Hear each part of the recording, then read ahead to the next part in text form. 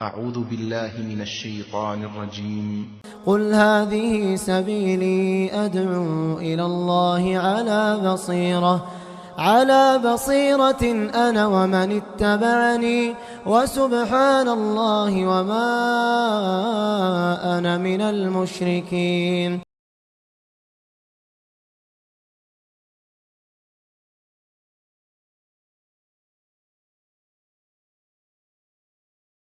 السلام علیکم ورحمۃ اللہ وبرکاتہ. الحمد للہ وحدہ والصلاة والسلام على من لا نبی بعدہ اما بعد فاعوذ باللہ من الشیطان الرجیم. بسم اللہ الرحمن الرحیم. یا ایہا الذین آمنوا لا ترفعوا اصواتکم فوق صوت النبی ولا تجهروا له بالقول كجهر بعضكم لبعض أن تحبط أعمالكم وأنتم لا تشعرون.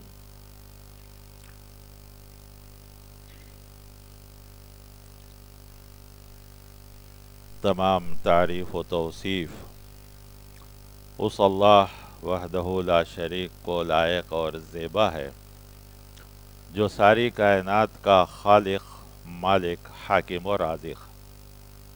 بعدہ ہم تمام کی جانب سے ہر آن ہر لحظہ تا ابد درود و سلام ہو سارے انبیاء کرام پر، خصوصاً خاتم النبیین، شفیع المذنبین، امام الانبیاء احمد مجتبی محمد مصطفیٰ صلی اللہ علیہ وسلم پر، کہ جن کو اللہ تبارک و تعالی نے کامل شریعت دے کر ہم سب کی ہدایت کے لیے اپنا آخری نبی بنا کر اس دنیا میں مبعوث فرمایا. ہمیں اور آپ کو ان کی امت میں جینا نصیب ہوا. سب سے پہلے میں جو حضرات اس سال اللہ کے گھر کے مہمان بن رہے ہیں، میں ان کا استقبال کرتا ہوں اور ساتھ ہی ساتھ دعا کرتا ہوں کہ اللہ تعالی حج کے سارے لوازمات اور حج کے جتنے ارکان واجبات ہیں ان سب میں آسانی عطا فرمائے، ہر رکن کو آسانی کے ساتھ ادا کرنے کی توفیق عطا فرمائے، اور اللہ تعالیٰ آپ سب کے حج کو حج مبرور بنائے. میرا موضوع ہے حج اور مسجد نبوی کی زیارت، مدینہ منورہ اور مسجد نبوی. ابھی میرے بعد جن کی تقریر ہے فضیلت الشیخ عبدالواحد عمری مدنی حفظہ اللہ کی، وہ آپ کو حج قرآن اور حدیث کی روشنی میں کیسے کرنا وہ بتلائیں گے.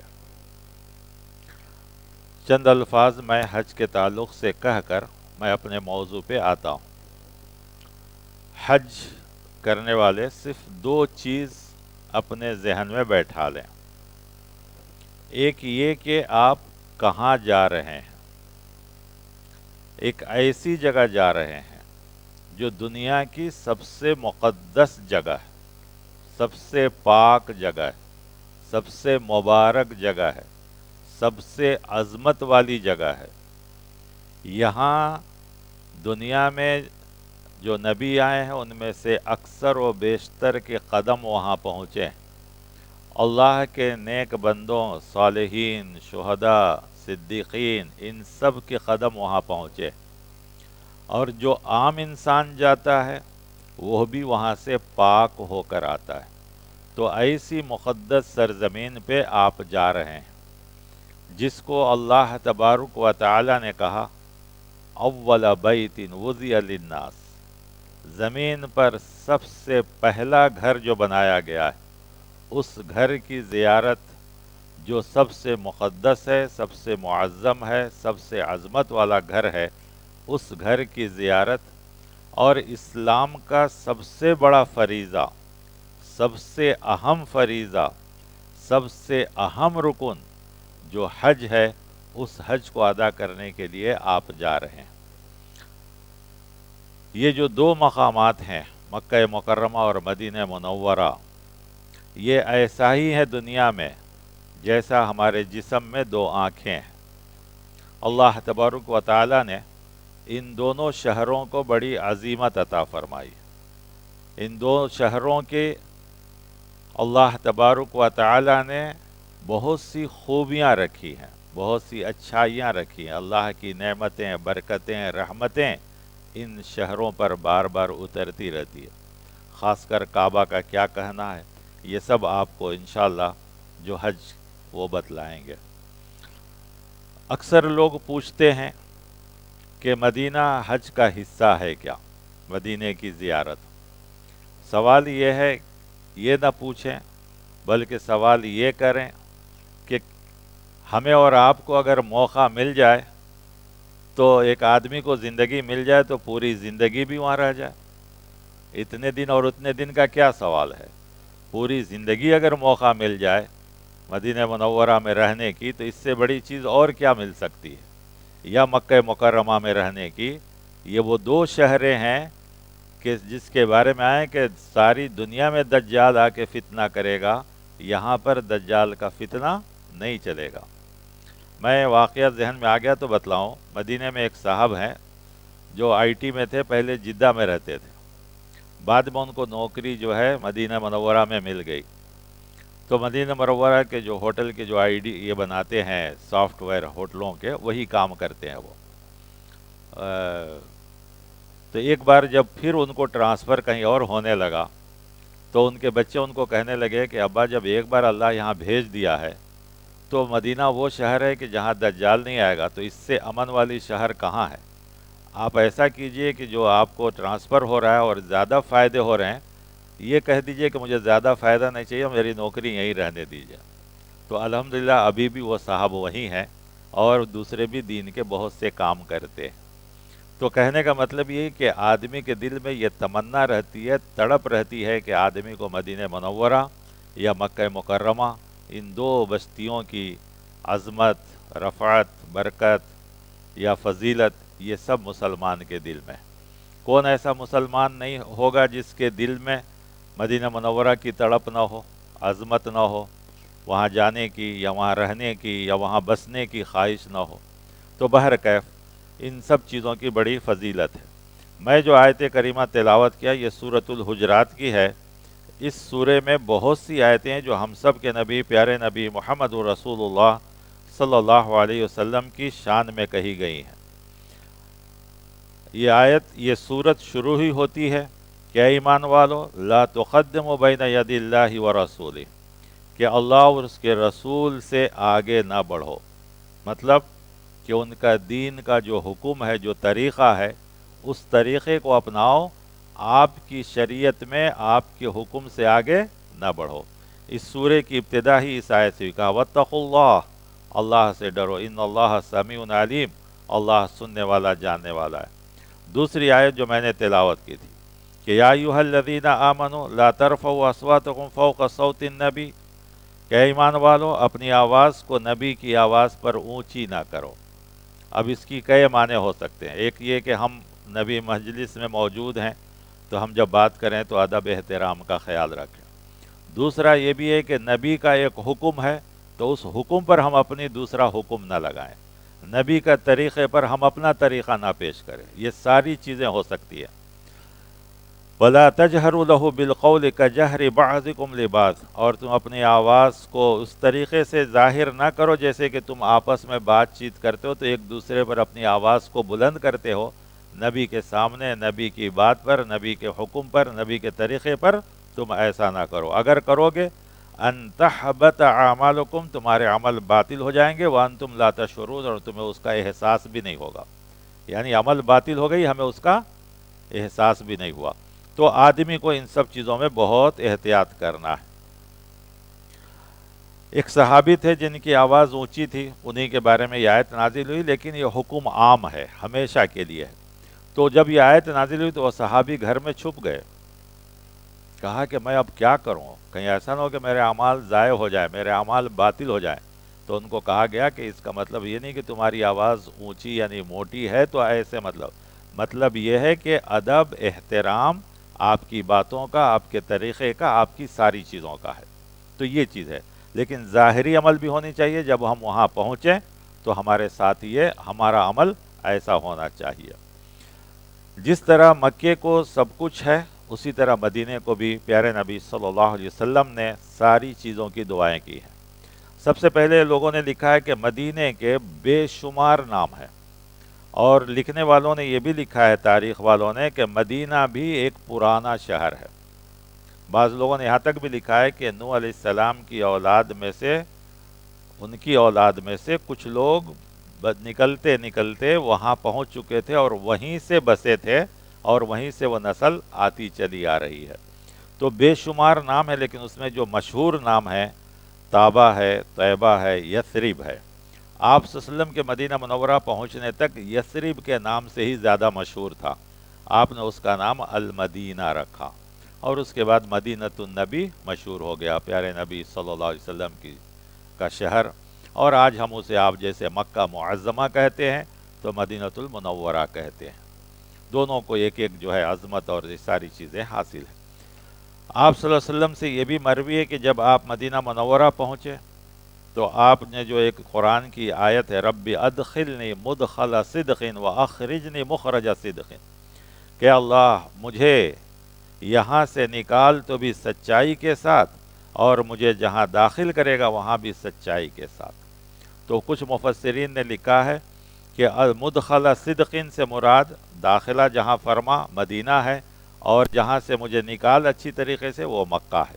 لیکن یہ آیت بھی عام ہے، ہم کہیں بھی جائیں تو بھی یہ آیت پڑھ سکتے ہیں، پڑھنا چاہیے، کہیں بھی جگہ جائیں تو یہ آیت پڑھنی چاہیے تاکہ اللہ تعالیٰ وہاں کی اچھائیاں ہمیں نصیب کریں، اور اگر وہاں کوئی تکلیف شر ہے تو اللہ ہمیں اسے محفوظ فرمائے۔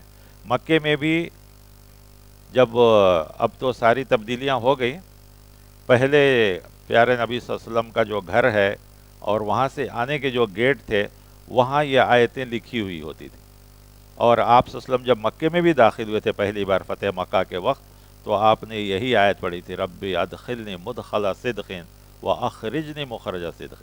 تو معلوم ہوا کہ عام ہے، لیکن کبھی کبھی ہم اس کو مکہ مدینہ کے لیے بھی خاص کر سکتے ہیں۔ آپ صلی اللہ علیہ وسلم جب مدینہ پہنچے تو مدینہ کی خیر و برکت کے لیے بہت سی دعائیں کی۔ آپ نے ایک دعا کی، اللہم حبب الینا المدینہ، اے اللہ ہمارے لیے مدینہ کی محبت ویسا ہی کر دے کہ حبنا مکہ او اشد، جس طرح مکہ کی محبت ہمارے دل میں ہے یا اس سے بھی زیادہ محبت ہمارے دل میں مدینے کی کر دے۔ میں آپ کو جو بھی حدیثیں پیش کروں گا وہ خاص کر بخاری اور مسلم شریف کی ہی ہوگی، اس کے علاوہ دوسری کتابوں کی نہیں، اکثر حدیثیں اسی کی میں آج آپ کو سناؤں گا۔ کہ پھر اس کے بعد آپ صلی اللہ علیہ وسلم نے ایک اور لمبی دعا کی، اللہم بارک لنا فی ساعنا و فی مدنا، کہ اللہ یہاں کے جو وزن کے اوزان ہیں، سا مد اس زمانے کا جو تھا، جسے آج ہم لیٹر اور میٹر اور کلو کہتے ہیں، تو اس زمانے میں سا اور مد ہوتا تھا، تو آپ نے اس میں برکت کی دعا کی۔ بلکہ جب پہلی بار آپ کے سامنے مدینے کے کھجوروں کے پھل لائے گئے تو آپ نے اس میں بھی برکت کی دعا کی۔ مدینے میں کبھی ایک بار قحط پڑا تو کچھ لوگ پریشان ہوئے، تو آپ صلی اللہ علیہ وسلم نے کہا کہ تم مدینہ نہ چھوڑو، جو آدمی مدینے کی تکلیف پر صبر کرے گا اللہ تعالیٰ اس کی رزق اور اس کی دوسری چیزوں میں کشادگی عطا فرمائے گا۔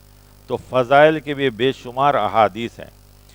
ایک بار جب صحابہ ہجرت کر کے وہاں پہنچے، نیا نیا ماحول تھا، نئی نئی جگہ تھی، تو کچھ لوگوں کی طبیعتیں ناساز ہوئیں، بخار اور ساری چیزیں، تو آپ صلی اللہ علیہ وسلم نے اس وقت دعا کی، اللہم اجعل بالمدینۃ ضعف ما جعلت بمکہ من البرکہ، کہ اللہ مدینے میں مکے میں جو فضیلت اور برکت ہے اس کا دوگنا مدینے میں فرما۔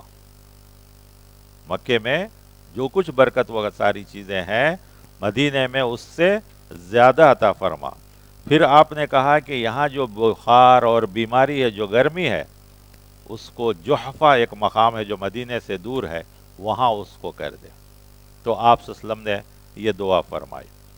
قرب قیامت ایمان والے مدینے کی طرف ایسے لوٹیں گے جیسے حدیث میں ہے کہ سانپ بل میں واپس آتا ہے، یعنی تو اس وقت اپنے بدن کو سکیڑ لیتا ہے وہ۔ تو اس طریقے سے ایمان والے لوگ مدینے کی طرف جمع ہو جائیں گے، قیامت کے قریب ایمان والے مدینے میں جمع ہو جائیں گے۔ پھر آپ صلی اللہ علیہ وسلم نے فرمایا کہ مدینہ ایک بھٹی کی طرح ہے، بھٹی جو آگ گرم کر کے لوہے کو اس میں گرم کرتے ہیں اور اس کو تیز کرتے ہیں تو اس کو بھٹی کہا جاتا ہے، جو لوہے کے اوپر کی گندگی کو ہٹا دیتا ہے۔ تو بھٹی کی طرح ہے جو انسان کے میل کچیل کو دور کر دیتا ہے، مطلب گناہ اور ان ساری چیزوں کو، نفاق کو، سب کچھ کو دور کر دیتا ہے۔ آپ صلی اللہ علیہ وسلم نے یہ بھی فرمایا کہ مدینے میں فوت ہونے والے کی قیامت میں سفارش ہوگی۔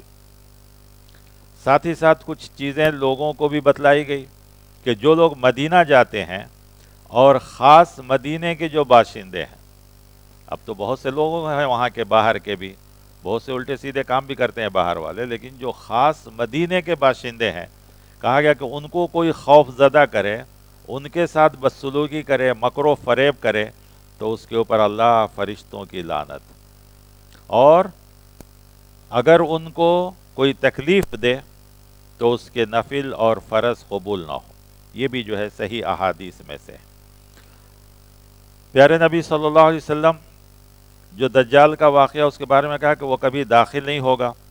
جب وہ دجال مدینے کے قریب آئے گا تو مدینے میں ایک زلزلہ ہوگا، اور جو بھی بے ایمان، کمزور ایمان والے یا منافقین ہوں گے وہ مدینے کے باہر چلے جائیں گے، تو مدینہ پاک ہو جائے گا غلط لوگوں سے، اور اس کے بعد جو یہ ہوگا، جب آپ مدینہ جائیں گے تو مین راستے میں ایک بورڈ بھی لگا ہوا ہے، اور وہ بورڈ بہت بڑا ہے۔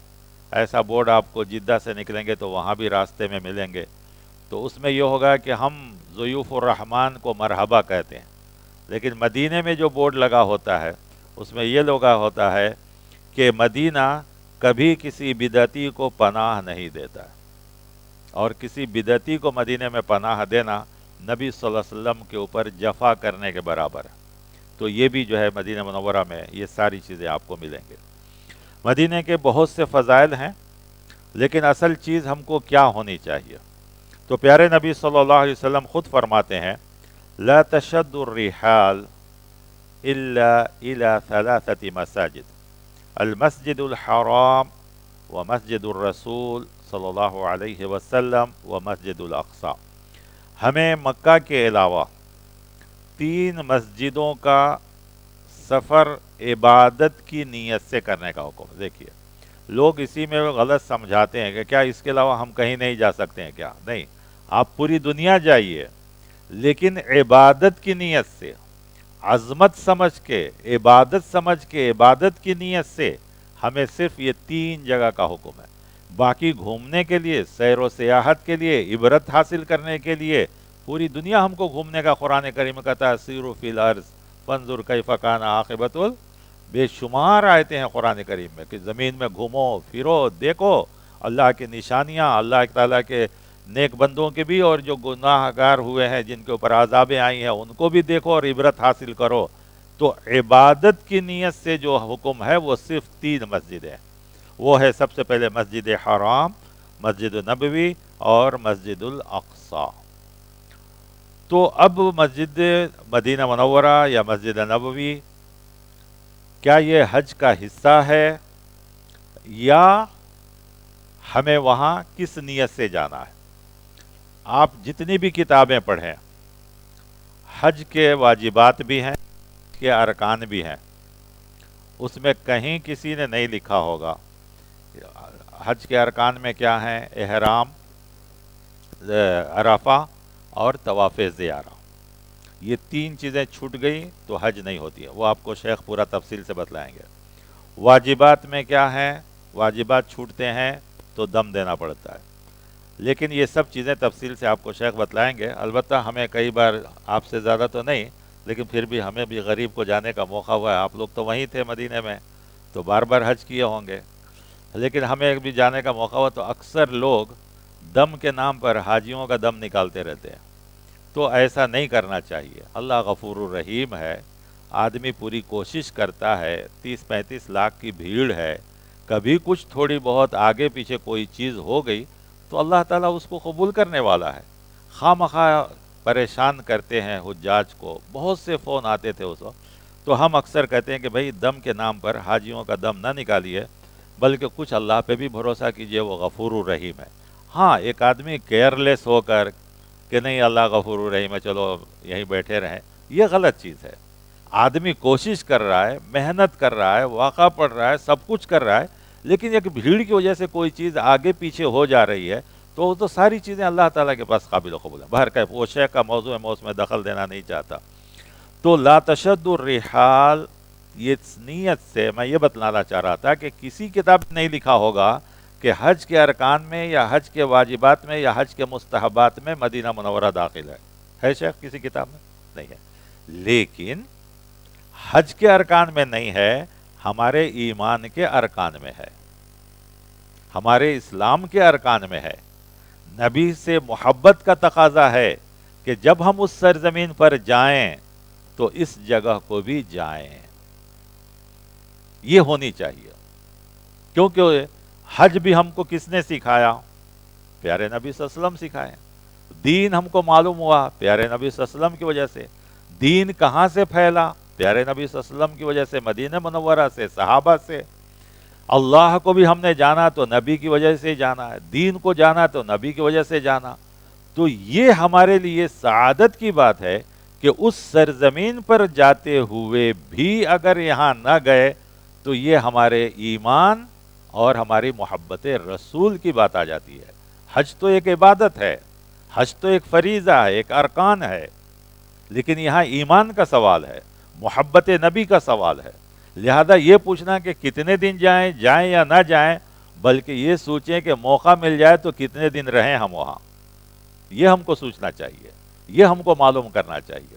بہرکیف تو آپ صلی اللہ علیہ وسلم کو جانا ہے تو اس نیت سے جائیں، اور جتنا موقع ملے اس مسجد نبوی اور مسجد نبوی پہنچنے کا پر آپ صلی اللہ علیہ وسلم کی زیارت، پھر جنت البقیع ہے، وہاں کے مقدس مقامات ہیں، جنگ احد یعنی احد کا پہاڑ ہے، مسجد قباء ہے، مسجد قبلتین ہے، پھر 7 مساجد ہے. پہلے وہ مسجدیں الگ الگ تھی، چھوٹی چھوٹی، خندق جس کو کہتے ہیں، چھوٹی چھوٹی الگ الگ تھیں.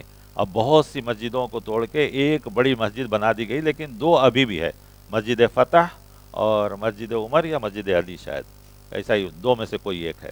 یہ 2 ابھی چھوٹی ہے، ویسا ہی مسجد علی، شاید مسجد علی اور ایک مسجد فتح. مسجد فتح اونچائی پہ ہے اور مسجد علی جو ہے نیچے ہے. باقی جتنی مسجدیں تھیں سب کو یہ کر کے ایک بڑی مسجد بنا دی گئی اب حال میں. تو ان ساری جگہوں کو جانا ہے، جو بھی مقدس مقامات ہیں ان کے زیارت بھی ہمارے ایمان کا حصہ ہے، اس سے ہمارے ایمان میں اضافہ ہوتا ہے. جنگ احد جائیں تو آپ دیکھیں کہ کیسے صحابہ 313 اور ساری چیزیں باہر کر. تو کہنے کا مطلب یہ ہے کہ آدمی یہ سوال نہ کرے کہ حج کا حصہ ہے یا نہیں ہے، بلکہ یہ سوال کرے کہ جب ہم اس سرزمین پر جائیں تو اس مقدس شہر کو بھی ضرور جائیں. اب بہت سے لوگ ہیں، بہت سے ممالک کے لوگ آتے ہیں تو 2 یا 3 دن، 1 دن بھی رہتے ہیں. خود ہندوستان سے کتنے لوگ ہیں جو ہر سال جاتے ہیں، چونکہ ہر سال وہ جاتے ہیں تو وہ لوگ 1 یا 2 دن کے لیے بھی جا کے آ جاتے ہیں. تو سب کی الگ الگ چیز ہے. حج کمیٹی کا شروع سے لوگوں نے ایک قانون بنا دیا ہے 8 دن رہنا. کیوں؟ کہ ایک حدیث کا سہارا لیتے ہیں لوگ کہ 40 دن اصل وہ حدیث ہے، لیکن لوگوں نے اس کو 40 وقت میں تبدیل کر دیا ہے نا شیخ؟ 40 دن کی حدیث ہے کہ کسی بھی مسجد میں آپ 40 دن تکبیر تحریمہ کے ساتھ نماز پڑھیں گے تو آپ کے دل سے، یعنی پڑھنے والے کے دل سے نفاق نکل جائے گا. یہ اصل حدیث ہے. لیکن یہ 40 دن کو ہو سکتا ہے لوگوں نے یہ سمجھا ہو کہ مدینے کی فضیلت زیادہ ہے، ایک وقت کی نماز کی فضیلت زیادہ ہے، تو انہوں نے 40 وقت میں بدل دیا ہو. لیکن حقیقی حدیث، صحیح حدیث 40 دن کی اور کسی بھی مسجد کے تعلق سے ہے کہ کہیں بھی آپ تکبیر تحریمہ کے ساتھ 40 دن عمل کریں گے، نماز پڑھیں گے تو دل سے نفاق نکلے گا. اب چونکہ شاید 40 دن وہاں نہیں رہ سکتے تھے، سارے وجوہات، ویزا اور اس کے پرابلم سے، تو لوگوں نے اس کو 40 وقت میں بدل دیا ہے. اب اس کو لے کے بھی بہت سے لوگ، خاص کر ہندوستانی، پاکستانی، بنگلہ دیشی، انہی لوگوں کو زیادہ گڑبڑ ہوتے ہیں. خود ہمارے ساتھ ایسا ہوا. 1 سال کیا ہوا، پہلے جو لوگ حج کو جاتے تھے تو جو پرائیویٹ والے ہیں مدینے سے 6 تاریخ کو نکلتے یا 7 کی صبح کو نکلتے تھے تاکہ سیدھا مینا پہنچ جائیں. لیکن اس کے بعد قانون آ گیا، جی ہاں، 40 یومن، خود جو ہے وہ حدیث شیخ جو ہے اس کو نکال کے دکھا بھی دیے کہ صحیح حدیث وہی ہے، 40 یومن ہے وہ. تو پہلے کیا ہوتا تھا، پرائیویٹ والے جتنے تھے 7 کو نکلتے رات کو یا 6 کو نکلتے اور سیدھا مینا چلے جاتے تھے۔ اب اس کے بعد قانون آ گیا کہ 5 تاریخ کو مدینہ خالی کر دینا ہے، تو اب یہ کیا کریں گے باقی دن؟ تو لے جا کے وہ عزیزیہ رکھتے ہیں۔ تو جو اچانک جس سال یہ بدلا تو گئے تھے حساب کر کے 8 دن کے، اچانک قانون آیا تو 8 دن کے بجائے 10 دن رہنا پڑا۔ تو کچھ لوگ 8 دن کی 40 نمازیں ہونے کے بعد نماز کو ہی نہیں جاتے تھے۔ بولا کیوں بھائی؟ نہیں 40 ہو گئے، اب گئے تو پھر 40 پڑھنا پڑے گا، ٹائم نہیں ہے نا ہمارے پاس۔ ایسے بھی سوچنے والے، یا بیچ میں لے جاتے ہیں وہ مقدس مقامات کی زیارت کے لیے۔ اب صبح میں ہمارے حاجی ناشتہ کرنے سے پہلے نکلتے ہی نہیں جلدی، اب ناشتہ کرتے بس میں بیٹھتے پھر پورا گھومنا، وہاں ظہر کی نماز جلدی ہوتی ہے، خاص کر ٹھنڈ کے دن میں اور بھی جلدی، مدینے میں ٹھنڈی بھی زیادہ ہوتی ہے، تو صبح نکلنے میں دیری ہو گئی، سارے مقامات دکھا کے لانے میں ایک دن ظہر کی نماز چھوٹ گئی۔ اب پورے حاجی لوگ ٹور والوں کو ایسی گالیاں دیے، انہیں میری نماز چھوڑا دیا، میرے 40 نمازیں اب نہیں ہوں گے، میرا حج نہیں ہوگا۔ یہ سب ہماری سوچ ہے، صرف ایک روز لیٹ ہو جانے کی وجہ سے۔ تو یہ سب چیزیں نہیں ہونی چاہیے۔ مدینے کی بہت فضیلت ہے، 1000 کے برابر۔ اچھا بعض لوگوں کے پاس یہ بھی ہے نا 50,000 کہتے ہیں، آپ خود جائیے، پیارے نبی صلی اللہ علیہ وسلم کے زمانے کی جو مسجد ہے اور اس کے بعد چھتری ہے، 2 چھتریاں ہیں اندر، تو سامنے والی جو چھتری ہے اس کے بیچ میں آپ دیکھیں گے خود حدیث میں لکھی ہوئے وہ حدیث کہ اس مسجد میں نماز پڑھنا 1000 کے برابر ہے، حدیث ہے وہ خود لکھی ہوئی ہے۔ مدراس کے ہی ایک فیملی گئی، اچھے پڑھے لکھے حیثیت والے، اور ان کے بچے بھی کچھ سمر کیمپ اٹینڈ کیے تھے اور وہاں حج کا پورا طریقہ سکھایا گیا، اس میں یہ سب بتایا گیا، اور ان کو بچوں کو عربی بھی سکھایا گیا تھا، جبکہ ماں باپ جو ہے عربی نہیں جانتے تھے، صرف انگریزی جانتے تھے۔ اب ماں باپ جب مدینہ پہنچے تو بچوں کو بول رہے ہیں کہ مدینہ میں نماز پڑھنا 50,000 کے برابر ہے، چونکہ مکے کا 1 لاکھ ہے تو یہاں آدھا کر لیتے ہیں لوگ۔ وہ بچے تھے ابھی ابھی پڑھے تھے، انہوں نے بولے نہیں نا دادا جان ایسا نہیں ہے نا، نہیں تم لوگ بچے ہو نہیں سننا۔ اب یہ بچے عربی پڑھے تھے، فوراً دادا کا ہاتھ پکڑ کے لے گئے اور وہ حدیث دکھا دیا، دیکھیے یہاں حدیث لکھا ہوا ہے، اور یہ حدیث آج کا نہیں ہے، سعودی کے زمانے کا نہیں ہے، پیارے نبی صلی اللہ علیہ وسلم کے زمانے کی جو مسجد ہے اس وقت کا لکھا ہوا ہے۔ اب وہ حدیث سنتے ہی وہ پریشان ہو گئے۔ تو اب بہت سے لوگ جو سمجھدار ہوتے ہیں مان لیتے ہیں، جو لوگ باپ دادا کو ماننے والے بولتے ہیں نہیں بیٹھ چپ، تو چھوٹا بچہ ابھی تجھے کیا معلوم، کرتے نہیں کرتے ہیں، نہیں جو صحیح بات ہے تو ہمیں مان لینی چاہیے۔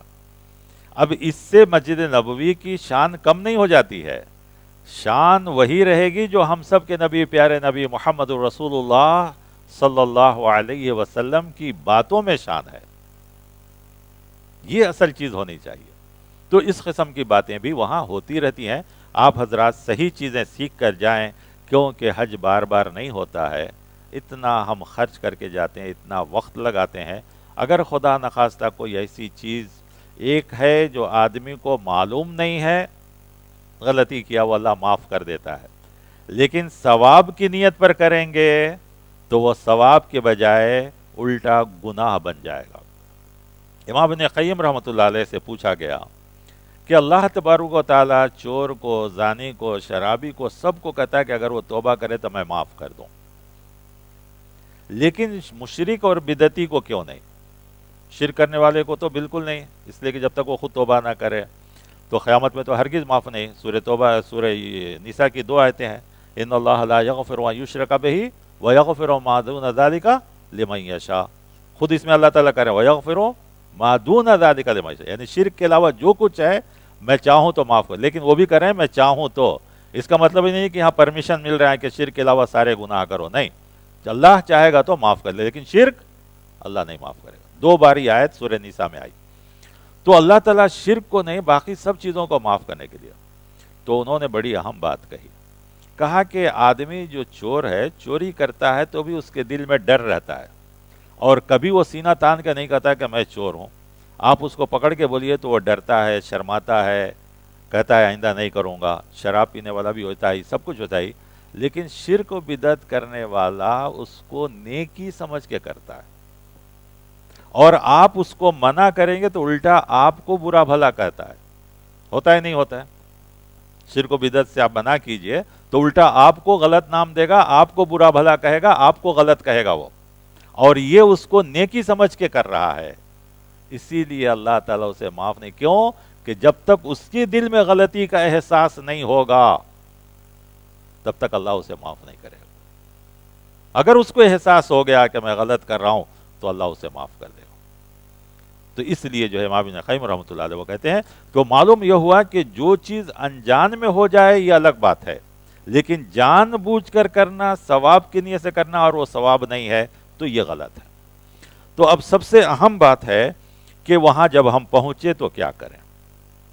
سب سے بہتر طریقہ ہے کہ آپ کثرت سے درود پڑھیں، کیونکہ درود کا ہمیں حکم آیا، قرآن کریم کی آیت ہے، ان اللہ و ملائکۃ یصلون علی النبی یا ایھا الذین آمنوا صلوا علیہ وسلموا. کثرت سے درود پڑھنا ہے. بلکہ میں کہوں گا کہ اگر آپ پہلے مدینہ جا رہے ہیں تو گھر سے ہی شروع کر لیں. بعض لوگ جاتے ہیں سیدھا ڈائریکٹ مدینہ، بعض لوگ مکے سے مدینہ جاتے ہیں تو مکے سے نکلتے وقت بھی کریں، پڑھیں، کثرت سے درود پڑھیں، جتنا پڑھیں. مدینہ جتنے دن رہیں اور عبادت کے علاوہ کثرت سے درود پڑھیں، اس میں کوئی حرج نہیں ہے. یہاں بھی رہیں تو کہا گیا ہے کہ درود کتنے وقتوں میں بتلایا گیا، اذان کے بعد، نمازوں میں، دعاؤں سے پہلے، دعاؤں کے بعد، یہ ساری چیزیں کہا گیا. بلکہ ایک صحابی تو کہا ہے کہ اگر میں چاہتا ہوں کہ اتنا زیادہ کہا آپ صلی اللہ علیہ وسلم اور زیادہ کر لو، آپ نے کہا اس سے زیادہ، کہا اور زیادہ. تو کثرت سے درود پڑھنا یہ ہمارے لیے ضروری ہے. تو مدینہ منورہ میں بھی یہ چیز ہو. ہاں، مدینہ منورہ پہنچنے کے بعد ہم کو چاہیے کہ جو بہتر لباس ہو ہمارے پاس، اچھا سے اچھا لباس، ہمارے پاس جو لباس ہو اس میں اچھا، وہ پہنیں، عطر خوشبو لگائیں، مسجد نبوی پہنچیں، اور اگر نماز کا وقت ہے تو نماز ادا کریں. نماز کا وقت نہیں ہے تو پہلے مسجد نبوی یعنی تحیۃ المسجد پڑھیں 2 رکعت، اور اس کے بعد اگر وقت ہے تو جا کے زیارت کو جائیں. لیکن نماز کا وقت ہے تو پہلے نماز پڑھیں، اس کے بعد جو ہے جائیں. اکثر نمازوں کے پاس بہت بھیڑ رہتی ہے تو تھوڑی دیر رک جائیں گے تو سکون اطمینان سے جائیں گے. لیکن آج کل بہت سے سسٹم بدل گئے ہیں اور کیو سسٹم لگا دیا گیا ہے، لمبا گھوم کے آنا پڑتا ہے. تبھی کوئی بات نہیں، ہم گئے ہیں کس لیے؟ اسی کے لیے تو گئے ہیں. تو آدمی کو جائے، بار بار جو ہے یہ کرے. اب کیسے زیارت کرنا ہے تو لوگ بہت سی اس میں بھی بہت سی باتیں کہتے ہیں، لیکن ہم جو آپ کو صحیح طریقہ بتائیں گے وہ یہ ہے کہ آپ راستے بھر درود پڑھتے رہیں، اور آپ صلی اللہ علیہ وسلم کے جو اچھے سے اچھے نام ہیں ان سب کو پڑھتے رہیں اور درود کا لیں. اور اگر کچھ بھی نہیں تو اگر آپ عربی پڑھتے ہیں تو آپ جو ہی باب السلام سے داخل ہوں گے تو جو مسجد میں داخل ہونے کی دعا ہے وہی پڑھیں، بسم اللہ والصلاۃ والسلام علی رسول اللہ اللہم افتح لی ابواب رحمتک. اور رائٹ سائڈ میں دیکھیں گے تو دیوار پر آپ صلی اللہ علیہ وسلم کے پورے نام لکھے ہوئے ہیں. رائٹ سائڈ میں دیوار پر پورے نام لکھے ہوئے ہیں، آپ وہ سب نام پڑھتے چلے جائیں آرام سے. وہ بھی اگر ہو سکے تو، ضروری نہیں ہے، یہ ایک محبت کا تقاضا ہے کہ آپ کو ان سارے ناموں کو پڑھتے جائیں. صلی اللہ علیہ وسلم لکھا ہوا ہے پڑھتے جائیں، صلی اللہ علیہ وسلم لکھا ہوا ہے وہ بھی بولتے جائیں. جب قریب پہنچیں تو آپ صلی اللہ علیہ وسلم پر درود و سلام. تو درود تو آپ پڑھتے آئے ہیں، اب جب قریب جائیں گے تو سلام. جب یہ آیت نازل ہوئی ان اللہ و ملائکۃ یصلون علی النبی، تو صحابہ خود سوال کیا اللہ کے رسول، تحیات میں تو ہم آپ پر سلام پڑھ رہے ہیں، کیا وہی سلام ہے؟ اور یہ جو درود ہم تحیات کے بعد نماز میں پڑھتے ہیں وہی ہے؟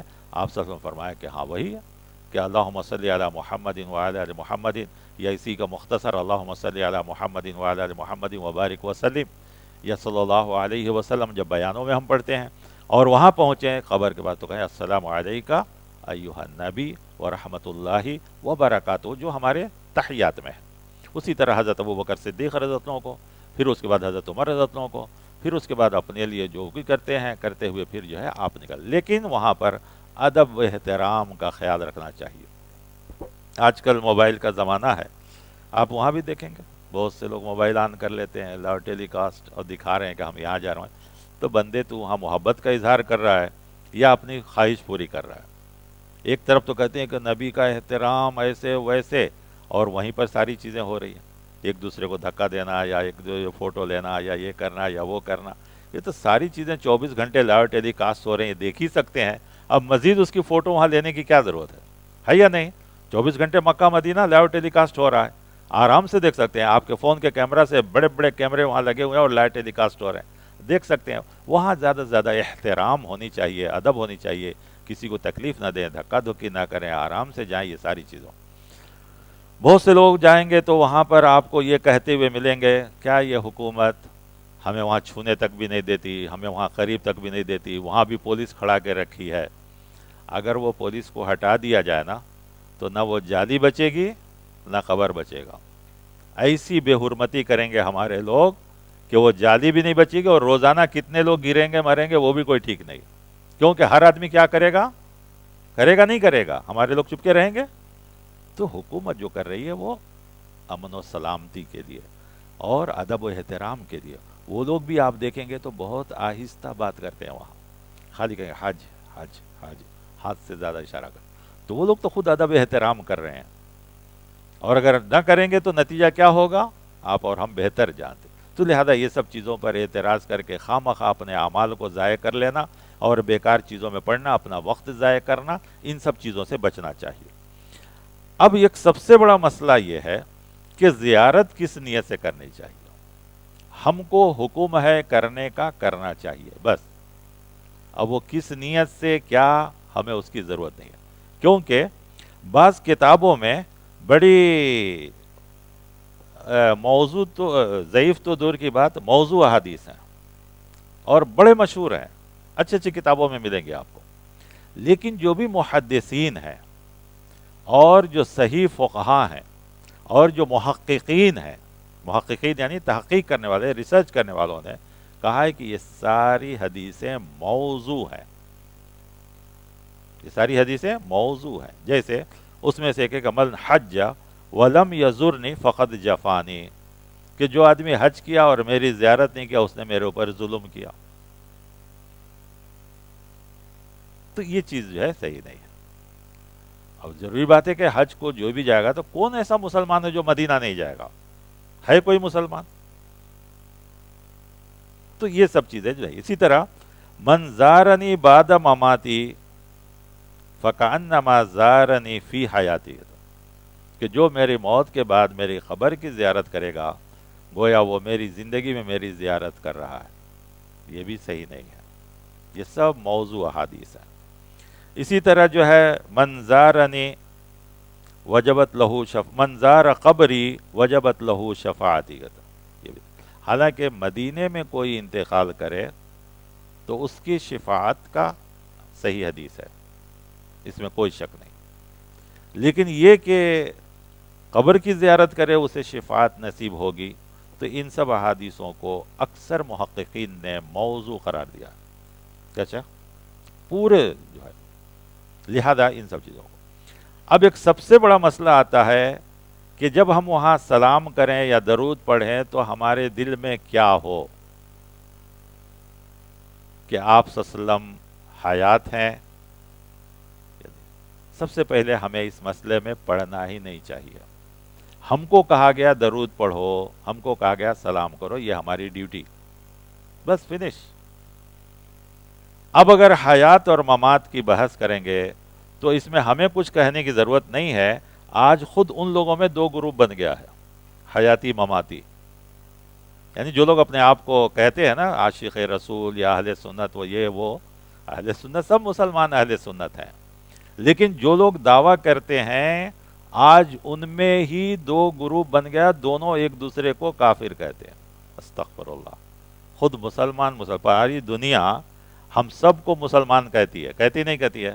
ہندو بھی ہم کو مسلمان کہتے ہیں، عیسائی بھی مسلمان کہتے ہیں، یہودی بھی مسلمان کہتے ہیں، سکھ بھی ہم سب کو مسلمان کہتے ہیں. لیکن مسلمان خود ایک دوسرے کو چھوٹے چھوٹے مسائل میں پڑھ کے کفر تک پہنچانے کے لیے تیار ہیں. کتنے افسوس کی بات ہے. تو ہم کو کہا گیا ہے درود پڑھو، سلام پڑھو، زیارت کرو، مسجد نبوی میں آؤ، نماز پڑھو، تحیۃ المسجد پڑھو، جنت البقیع جاؤ، ان کے لیے دعا کرو. ہمارا کام اتنا ہی ہے، ہمیں اس مسئلے میں الجھنا نہیں ہے. سارے نبیوں کا جو حال ہے وہی آخری نبی پیارے نبی صلی اللہ علیہ وسلم ہے. ایک چیز یاد رکھ لیجئے کہ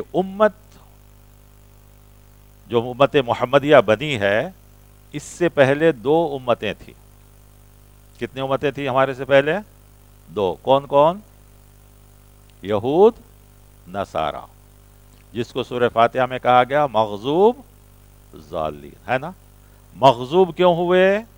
اس لیے کہ وہ بہت افراط میں چلے گئے، تفریط، ہر چیز میں غلو، ہر چیز میں زیادتی ہے نا، ہر چیز میں منمانی، تو ان کو مغضوب کہا گیا۔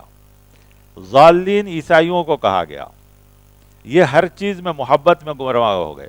عیسیٰ علیہ السلام کی محبت ہی میں نہ گمراہ ہوئے، کوئی اور وجہ تھی؟ صرف اور صرف محبت کی وجہ سے گمراہ ہوئے۔ تو محبت ہونی چاہیے، اس میں کوئی شک نہیں، لیکن محبت لفظ ایک ایسا ہے کہ اس کو جس کے ساتھ لگائیے گا اس کا معنی مطلب الگ ہوگا۔ اگر اس چیز کو صحیح طریقے سے ہم نہیں سمجھیں گے تو اسی میں آدمی گمراہ ہو جاتا ہے۔ جیسے لفظ محبت، ہم کہتے ہیں ماں باپ کی محبت، تو اس کا کیا معنی مطلب ہوگا؟ ہم کہتے ہیں بیوی کی محبت، تو اس کا معنی مطلب الگ ہوگا نہیں ہوگا؟ ہم کہتے ہیں بھائی بہن کی محبت، تو اس کا معنی مطلب الگ ہوگا۔ ہم کہیں گے بیٹی کی محبت، تو اس کا معنی مطلب الگ ہوگا۔ اولاد کہے ماں باپ کی محبت، ماں باپ کہیں اولاد کی محبت، تو سب کا معنی مطلب الگ ہوگا، لیکن لفظ محبت ہی ہے۔ اب ایک آدمی بیوی کی محبت، ماں کی محبت، بیٹی کی محبت، بہن کی محبت میں فرق نہیں کرے گا تو وہ انسان نہیں رہے گا۔ اسی طرح ایک آدمی اللہ اور رسول کی محبت میں فرق نہیں کرے گا، اس کا ایمان نہیں رہے گا۔ اس کو فرق کرنا پڑے گا اللہ اور رسول کی محبت میں۔ پھر اس کے بعد صحابہ کی محبت ہے، پھر اللہ کے نیک بندوں کی محبت ہے، یہ سب میں فرق کرنا پڑے گا۔ اگر نہیں کریں گے تو جس طرح انسانوں کی محبت میں فرق نہیں کرے گا وہ انسان نہیں رہے گا۔ اگر ان کے مراتب اور مقام اور فضائل میں فرق نہیں کرے گا تو ایمان نہیں رہے گا۔ محبت ہونی چاہیے، محبت نبی، اطاعت نبی، فضیلت نبی، مقامات نبی، یہ سب کے ہیں، لیکن سب کے اوپر مقدم ہے اطاعت نبی۔ اسی لیے قرآن کریم میں 14 آیتیں ہیں جس میں کہا گیا اطیعوا اللہ و اطیعوا الرسول، اور ایک آیت جس میں اللہ تبارک تعالیٰ نے محبت کا ذکر کیا تو یہ بھی کہا کہ تم نبی کی اطاعت کرو تو اللہ کی محبت تم کو ملے گی۔ آیت کیا ہے شیخ، وہ ذہن میں نہیں آ رہا۔ ان کنتم تحبون اللہ فاتبعونی، اگر تم اللہ کی محبت کا دعویٰ کر رہے ہو تو میری اتباع کرو۔ تو اتباع رسول میں بھی اللہ کی محبت ہے۔ اللہ تعالیٰ یہ بھی تو کہہ سکتا تھا کہ تم نبی سے محبت کرو تو میری محبت تم کو ملے گی، نہیں، نبی کی اطاعت اللہ کی محبت کا باعث ہے۔ تو لہذا ایک بڑا فریضہ ہے، سب سے مہنگا فریضہ ہے، جس میں وقت لگتا ہے، مال لگتا ہے، جان لگتا ہے، سب کچھ لگتا ہے۔ کوئی فریضہ ایسا نہیں جس میں یہ ساری چیزیں لگتی ہو۔ نماز ہم پڑھتے ہیں صرف وقت لگتا ہے، ہمارا جسم لگتا ہے۔ زکوٰۃ دیتے ہیں جس میں صرف ہمارا مال لگتا ہے۔ روزہ رکھتے ہیں اس میں صرف ہمارے جسم کو تکلیف ہوتی ہے بھوک پیاس کی۔ لیکن حج ایسی عبادت ہے کہ جس میں ساری چیزیں لگتی ہے، مال بھی، جان بھی، وقت بھی، محنت بھی، مشقت بھی، سب کچھ بھی، اور یہ سب سے بڑا فریضہ ہے۔ اور جو حدیث ہے کہ من حج، اگرچہ کہ شیخ کا ہے، اجازت دے تو وہ صرف لے لیتا ہوں، من حج فلم یرفس ولم یفسق کرجع یوم ولدتہ امہ، ہے نا۔ اب یہ یرفس یفسق کیا ہے؟ کیا حج میں کوئی لڑنے کے لیے جاتا ہے؟ لاٹھی ڈنڈے لے کے جاتا ہے کہ کوئی حج میں لڑنے کے لیے؟ تو وہاں حج میں جو یرفس یفسق کہا گیا یہ کون سی چیز ہے؟ یہی یہ مسائل میں وہاں بھی لڑتے ہیں لوگ، بعض لوگ تو ان مسائل میں لڑ بھی لیتے ہیں۔ تو یہی اصل ہے یہ جو ہمارے ایمان کو اور عمل کو ضائع کرتی۔ اگر کوئی بحث بھی کرنے آئے تو شکریہ، آپ ٹھیک ہے، آپ اپنا عمل کیجئے، ہم اپنا کریں۔ یہ بالکل خاموشی اختیار کرنا ہے۔ حج کو انہی چیزوں سے اصل بچانا ہے۔ یہ قرآن میں بھی ہے، الحج اشہر معلومات فمن فرض فیہن حج فلا رفث ولا فسوق ولا جدال، 3 لفظ آئے۔ رفث وہ شیخ آپ کو تفسیری سے بنائیں گے۔ یہ 3 چیزوں کا خیال بہت رکھنا ہے۔ تو مسائل میں ہو، مدینہ منورہ میں ہو یا کہیں بھی ہو، ان سب چیزوں سے بچنا چاہیے۔ مختصراً کرتے ہوئے میں بولوں کہ یہ تو مسجد نبوی کا فضیلت، مقام، مرتبہ، سب حدیثیں وہاں لکھی ہوئی، الحمدللہ۔ جو چیز صحیح طریقے سے ثابت ہے وہ سب آپ کو ملیں گی وہاں، جو غلط ہے وہ آپ کو نہیں ملے گی، اس کا نام و نشان بھی نہیں رہے گا۔ دوسری چیز وہاں سب سے اہم چیز جو ثواب کی نیت سے ہے وہ ہے مسجد قباء کو جانا۔ مسجد قباء کو جو آدمی اپنے گھر سے وضو کر کے جائے، لیکن کوئی عمر دراز ہے، مجبوری ہے، ٹوٹ جاتا ہے وضو، تو کوئی بات نہیں، وہاں بھی جا کے کر لے، لیکن بہتر ہے کہ گھر سے وضو کر کے جائے اور 2 رکعت نماز پڑھے تو اس کو بھی عمرہ کا ثواب ہے۔ اور یہ حدیث بھی مسجد قباء کے محراب پہ لکھی ہوئی ہے، آپ وہاں دیکھیں گے تو یہ حدیث لکھا ہوا ہے، آپ پڑھ کے دیکھ لیجئے، عربی میں ہے، لکھا ہوا ہے وہاں بھی۔ تو آپ صلی اللہ علیہ وسلم ہر ہفتے کو جاتے تھے، لیکن ہمارے اور آپ کے لیے سہولتیں نہیں ہیں، تو آپ جب چاہیں جا سکتے ہیں، اجازت دی علماء کی طرف سے ہے۔ اور اگر ہفتہ کا دن مل جائے تو بہت بہتر ہے، نہ ملے تو جس دن بھی آپ جائیں عصر کے بعد، تو یہ چیز عصر بعد جائیں، فجر کے بعد جائیں، جو بھی وقت مل جائے آپ جائیں۔ تو دوسری مسجدیں آپ جائیں گے تو صرف تحیت المسجد پڑھیں گے 2 رکعت، مسجد قباء جائیں گے تو تحیت المسجد اور پلس 2 رکعت، یہ بھی 1 سے 2 بار بھی جا سکتے ہیں۔ یہ سب سے بڑا ثواب کا کام ہے کہ ایک عمرہ کا ثواب ملتا ہے۔ مکے میں تو لوگ بہت سے عمرے کرتے ہیں، ہے نا شیخ؟ مکے میں بہت سے لوگ عمرہ کرتے ہیں، جبکہ یہ حدیث سے ثابت ہے اور صحیح حدیث ہے، تو یہ عمرہ زیادہ کرنی چاہیے، اور اس عمرے میں بھی اتنا ہی لگتے ہیں جو مکے کے عمرے میں لگتے ہیں، تو یہ صحیح ثابت ہے۔ اور اللہ تعالیٰ نے مسجد قباء کے لیے سورہ توبہ میں آیت بھی نازل کیا، لَمَسْجِدٌ أُسِّسَ عَلَى التَّقْوَى مِنْ أَوَّلِ يَوْمٍ أَحَقَّ أَن تَقُومَ فِيهِ، أَحَقُّ أَن تَقُومَ فِيهِ، پہلی مسجد جو قائم ہوئی ہے، پہلے دن سے یہ تقوی کی بنیاد پر قائم ہوئی ہے، فِيهِ رِجَالٌ يُحِبُّونَ أَن يَتَطَهَّرُوا وَاللَّهُ يُحِبُّ الْمُطَّهِّرِينَ، کہ اللہ تعالیٰ ان بندوں کو جو اپنے آپ کو پاک کرنا چاہتے ہیں، اور اللہ پاک بندوں کو ہی پسند کرتا ہے۔ تو یہ ہے قباء کا جانا اور وہاں پہ 2 رکعت نماز پڑھنا، یہ ساری چیزیں ہیں۔ پھر اس کے علاوہ اور بھی مساجد ہیں، جیسے کہ میں نے کہا 7 مساجد ہے، قبلتین ہے، احد ہے، ان سب جگہ بھی جا سکتے ہیں۔ ایک مسجد اجابہ بھی ہے جہاں آپ صلی اللہ علیہ وسلم کی دعا قبول ہوئی تھی، حرم سے تھوڑی ہی دور پر ہے، لیکن اکثر وہ بند رہتی ہے، صرف نماز کے وقت پہ کھلتی ہے، کیونکہ لوگ وہاں بھی بھیڑ لگانا شروع کر دیتے ہیں، تو موقع مل جائے تو وہ بھی اچھا ہے، ورنہ زیادہ سے زیادہ وقت مسجد نبوی میں گزاریں، درود و سلام میں درود پڑھیں، ذکر و اذکار کریں، قرآن کی تلاوت کریں، چلتے پھرتے بھی درود پڑھتے رہیں، اور جنت البقیع خود اس کی زیارت جائیں آدمی، اور جائیں تو وہاں دیکھیں کہ کتنی بڑی بڑی شخصیتیں ہیں، لیکن سب کی خبریں کتنی سادی ہیں، وہ ساری چیزوں کو دیکھیں، وہ بھی ایک عبرت کی حاصل ہے۔ قبرستان جانے کی جو دعا ہے وہ دعا یاد کر لیں، اور دعائیں لکھ کے رکھ لیں، بعض وقت کیا ہوتا ہے جلدی یاد نہیں آتی ہیں، تو ان سب کو لکھ کے بھی رکھ لیا جائے تو یہ بھی اچھی چیز ہے، اور یہ ساری چیزیں جو ہے ہوتی ہیں۔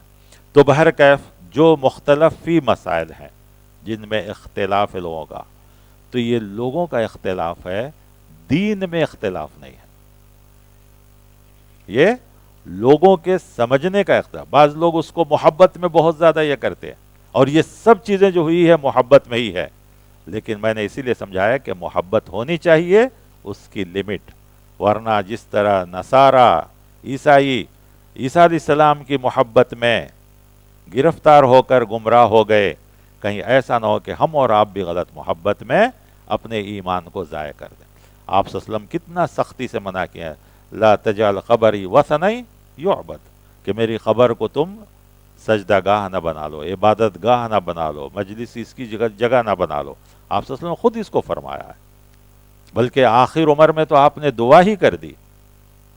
کچھ صحابہ آئے جو دیکھے کہ باہر ملکوں میں ان کے بڑوں کے ساتھ ایسا ایسا ہوتا تھا، تو آپ نے کہا، صحابہ کرام نے، تو آپ نے اس وقت کہا تھا، دعا بھی کر دی کہ اللہم لا تجعل قبری وثنا یعبد، کہ اللہ میری قبر کو ایسا نہ بنانا جیسا کہ پہلے انبیاء کرام کی قبروں کو بنا دی گئی ہیں۔ تو گویا آپ صلی اللہ علیہ وسلم نے ان سب چیزوں سے منع کیا ہے۔ آپ کریں محبت رسول میں، کیونکہ وہ بھی ایک ایمان کا حصہ ہے، لیکن کوئی ایسی چیز نہ ہو جائے محبت میں جو ہمارے ایمان کو ہی ضائع کر دے۔ تو یہ ہمارے لیے بہت ضروری۔ بہت سے حضرات ان سب چیزوں کو جب حج کی تربیت ہوتی ہے تو اس میں جو ہے بیان کر کے کہتے ہیں کہ نہیں ایسا ایسا، ہمیں اس سے بچنا چاہیے. اللہ ہم سب کو اس کی حفاظت فرمائے. آخری چیز جو ہمارے اور آپ کے لیے ایک اور اہم چیز ہے مسجد نبوی میں، وہ ہے روضۃ من ریاض الجنہ. پہلے لوگ جاتے تھے، کھلا رہتا تھا تو ایسی بھیڑ، کوئی کسی کے سر پہ سجدہ، کسی کے پیر پہ سجدہ، کسی کے پیٹھ پہ سجدہ، ایسی بھیڑیں ہوتی تھی. لیکن جب سے کووڈ آیا ہے تو انہوں نے ایک قانون بنا دیا ہے، اور ابھی بھی ہے شاید وہ، کہ آپ بک کریں گے آپ کو جگہ ملے گی، اور آدھا گھنٹہ 20 منٹ وقت دیتے ہیں وہ لوگ. فرق یہ کہ پولیس والوں کی نگاہ سے بچیے گا، وہ نہیں دیکھتے آدھا گھنٹہ 15. کہیں کنارے ہو جائیے، رستے میں رہیں گے تو جلدی بھگا دے گا وہ. کہیں کنارے ہو جائیے، آرام سے 20 منٹ میں، 15 منٹ میں، 20 منٹ جو بھی ہو، سکون سے نماز پڑھ لیجیے، دعا کر لیجیے. ایک بار ملے، 2 بار ملے، بہت بہتر ہے. کبھی ہوتا ہے کہ خود آرگنائزیشن آپ کو بک کر کے دے دیں گے، ایک بار تو وہ ہوتا ہی ہے. آپ بھی اگر کوشش کریں گے تو بیچ میں مل جاتا ہے ایک بار لاسٹ دنوں میں، یعنی جاتے ہی تو آپ کو گروپ کے ذریعے ملے گا. اس کے بعد بھی آپ کا ویزا نمبر ڈال کے بک کریں تو مل جاتا ہے. یہ ایک دم سکون سے ہوتا ہے، لیکن اس کے لیے تھوڑا صبر کرنا پڑے گا، کیوں میں آنا ہے تھوڑے تھوڑے لوگوں. اب لوگ کہہ رہے ہیں کہ دیکھو وہ بھی خراب کر کے چھوڑ دیے. پہلے کتنا آسانی سے، پہلے جا کے لڑ جھگڑ کے سکون سے نماز نہیں ہوتی تھی. کوئی کسی کے سر پر، کوئی بھاگتا، کوئی کسی کے اوپر گرتا تھا. وہ لوگوں کو پسند ہے. یہ سکون سے ہو رہا ہے تو لوگوں کو پسند نہیں ہے. بھائی اگر ایک بار بھی سکون سے نماز مل گئی وہ بہتر ہے کہ 10 بار جو ڈھنگ سے نماز نہ ہو وہ بہتر ہے. تو ہمارے لوگ جو ہے نا نمبر پہ جاتے ہیں، سکون، اطمینان، خشوع خضوع وہ پسند نہیں ہمارے لوگوں کو، ہے یا نہیں؟ گنتے کہ نہیں میں اتنے بار گیا. اللہ کے بندے گئے اتنے بار، کتنے سکون سے نماز پڑھے. وہ تو نہیں ہوتا تھا پہلے، ہرگز نہیں ہوتا تھا پہلے. آپ پڑھتے رہیں گے کوئی آ کے ڈھکیل کے سجدہ کرتا تھا، آپ کھڑے رہیں گے کوئی آ کے ڈھکیل کے انہیں نیت باندھ لیتا تھا. تو وہ نماز اچھی ہے یا اب جو سکون کے ساتھ 2 رکعت 4 رکعت 6 رکعت جس کو جتنا وقت مل جاتی ہے وہ پڑھے وہ بہتر ہے. تو لہذا بک کر کے جائیے سکون کے ساتھ. یقیناً اس کی فضیلت ہے کہ ما بین بیتی و ممبری روضۃ من ریاض الجنہ، کہ میرے گھر اور میرے ممبر کے درمیان جو حصہ ہے وہ جنت کا حصہ ہے، روضۃ من ریاض الجنہ. اب بہت سے لوگوں نے اس کو بھی وہ شعر پڑھتے ہیں نا، کہ ایک صاحب نے کہا کہ مدینہ جنت میں مدینہ نہیں لیکن مدینہ میں جنت ہے. تو ہم کو مدینہ چاہیے اس لیے کہ یہاں مدینہ بھی ہے جنت بھی ہے، جبکہ جنت میں مدینہ نہیں ہے. یہ دیکھیے اب یہ سب چیزیں کیا ہے، یہ کہ ہم کو جنت نہیں چاہیے مدینہ چاہیے، کیونکہ یہاں دونوں ہے جبکہ جنت میں مدینہ نہیں ہے. تو یہ سب جو ہے اگر محبت میں کہتے ہیں تو ٹھیک ہے، لیکن وہی عقیدہ وہی ایمان ہے تو آپ خود سوچ لیجئے کہ یہ کہاں تک صحیح ہو سکتا ہے. لہذا ہمیں چاہیے کہ اپنے عمل کو شرک و بدعت سے بچائیں، کوئی بھی عمل ہو. اس لیے کہ جان بوجھ کر اگر شرک و بدعت کریں گے تو فرض، نفل، نماز، صدقہ، حج، عمرہ کوئی چیز قبول نہیں ہوتی. ہے نا صحیح حدیث ہے؟ آپ حدیث اٹھا کے دیکھ لیجئے، صحیح حدیث ہے کہ مشرک کی یا بدعتی کی جان بوجھ کے اگر کر رہا ہے تو اس کی عبادت قبول نہیں ہوتی. تو ہم اتنا خرچ کر کے جائیں، اتنا وقت لگائیں، گھر چھوڑ کر، کاروبار چھوڑ کر، ماں باپ کو چھوڑ کر، رشتہ داروں کو چھوڑ کر، اور سب کچھ چھوڑیے کہ ہم گئے تھے اللہ کو راضی کرنے، لیکن اسی اللہ تعالیٰ کے صحیح دین کو حاصل کرنے اور سیکھنے. اور حج کیا ہے؟ دین سیکھنے کا بھی ہے. وہ آپ کو شیخ بتائیں گے کہ حج کے کیا کیا فائدے. تو میں آپ کو بتاتا ہوں کہ یہ ساری چیزیں ہمیں مدینہ منورہ کے ساتھ ہونی چاہیے، اس کے مقامات مقدسہ کی، اور خود مدینہ مسجد نبوی، اور یہ سب چیزیں ہمارے لیے بہت مقدس ہیں، ہمارے ایمان کا حصہ ہیں، اس میں کوئی شک نہیں. لیکن جتنا صحیح احادیث اور قرآن میں ہیں ہم کو اتنا ہی ماننا چاہیے جتنا صحابہ کرام مانے ہیں، خلفائے راشدین مانے ہیں، صحابہ مانے ہیں، حتیٰ کہ 4 ائمہ بھی انہی چیزوں پر تھے، محدثین بھی انہی چیزوں پر تھے. یہ سب چیزیں جو بعد میں ہوئی ہیں، ٹرکی کے زمانے میں ہوئی ہیں، جب ساری بدعتیں جو آئی ہیں انہی کے زمانے سے آئی ہیں، اس سے پہلے بھی وہ سب چیزیں نہیں تھی. اب اللہ تعالی ہم سب کو نیک توفیق عطا فرمائے. میں نے جو کچھ کہا اس میں جو اچھی باتیں وہ اللہ کی طرف سے ہیں. اگر سبقت لسانی یا زبان کے آگے پیچھے ہونے سے کوئی غلط بات ہو گئی ہو تو اللہ مجھے بھی معاف فرمائے، آپ کو بھی معاف فرمائے. اللہ ہم کو صحیح عمل کی توفیق عطا فرمائے، صحیح راستے کی توفیق عطا فرمائے، صحیح اطاعت نبی کی توفیق عطا فرمائے. ہم سب کے نبی، پیارے نبی محمد رسول اللہ صلی اللہ علیہ وسلم کی اطاعت اور ان کی محبت ان کی عظمت اور ان کے مقام سب کو بھی جاننے پہچاننے اور اس پر عمل کرنے کی توفیق عطا فرمائے۔ اللہ ہم سب کے عمل کو درست فرمائے، خاص کر جو بھائی جا رہے ہیں، جو خواتین جا رہی ہیں، اللہ ان سب کے لیے آسانی کا معاملہ عطا فرمائے، سب کے اعمال کو قبولیت عطا فرمائے، ہر ارکان کو آسان فرمائے، ایک ایک رکن کو آسان فرمائے اور ایک ایک رکن کو سنت کے مطابق ادا کرنے کی توفیق عطا فرمائے۔ آمین۔ وصلی اللہ علی النبی، والسلام علیکم ورحمۃ اللہ وبرکاتہ۔